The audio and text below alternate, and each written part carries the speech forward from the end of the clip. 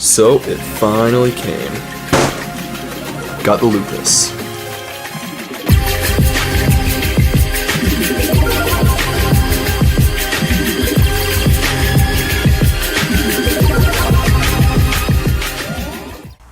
Now I was gonna get the Lupus Rex, but I heard a lot of stuff about how it's not actually that strong and how it can't even hold its weapons. And plus, I am seriously just a sucker for those arm cannons right there. I'm just a serious sucker for those things. Look how stinking cool those things are. Oh my goodness. But anyways, so just a little bit of information on this is actually the Gundam Barbatos Lupus, the 1/100 full mechanic. Something that I find really interesting about this is it has a full inner frame. So for instance, a lot of the other ones that I've built are partial inner frames. They have kind of some detail on the inside, but most of it's covered up by armor. This one has a fully detailed inner frame, which is really, really cool. Now, I'm not an unboxing channel, I'm not anything like that.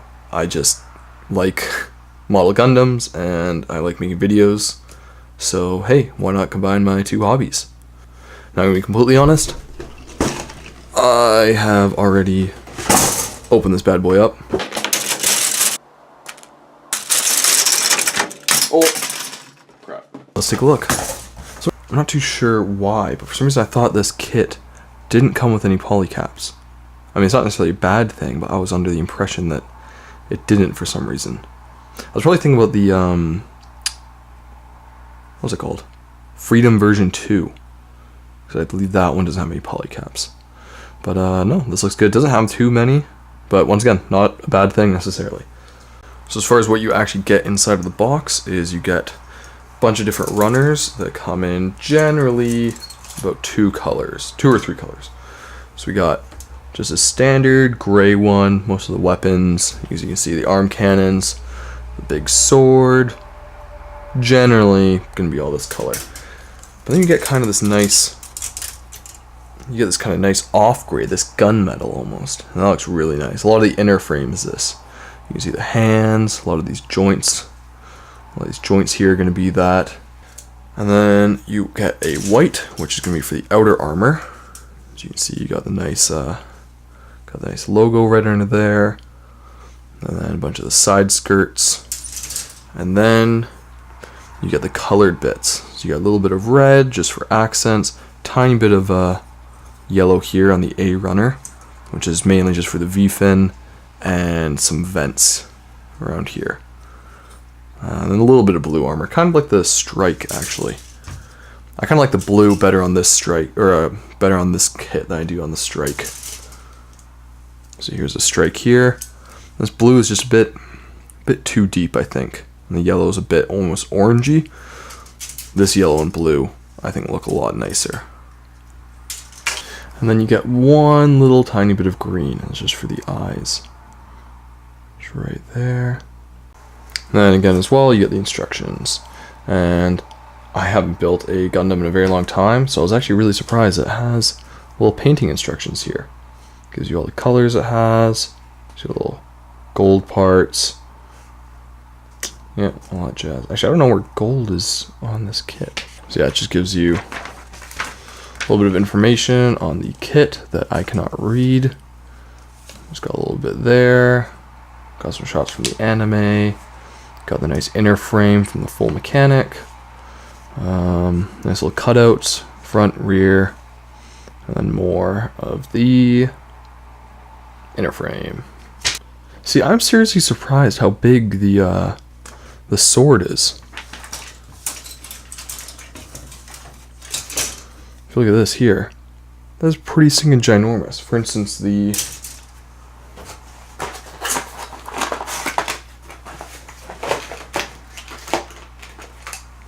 sword for my strike is only this big. So in comparison, it's seriously just, it's barely bigger than the handle for this thing. That's ridiculous. That's huge. So far, just from looking at it, this kit looks like it's gonna be really good for doing painting on. As you can see, there's a lot of cables there that are gonna need painting, a lot of accenting, on these right here,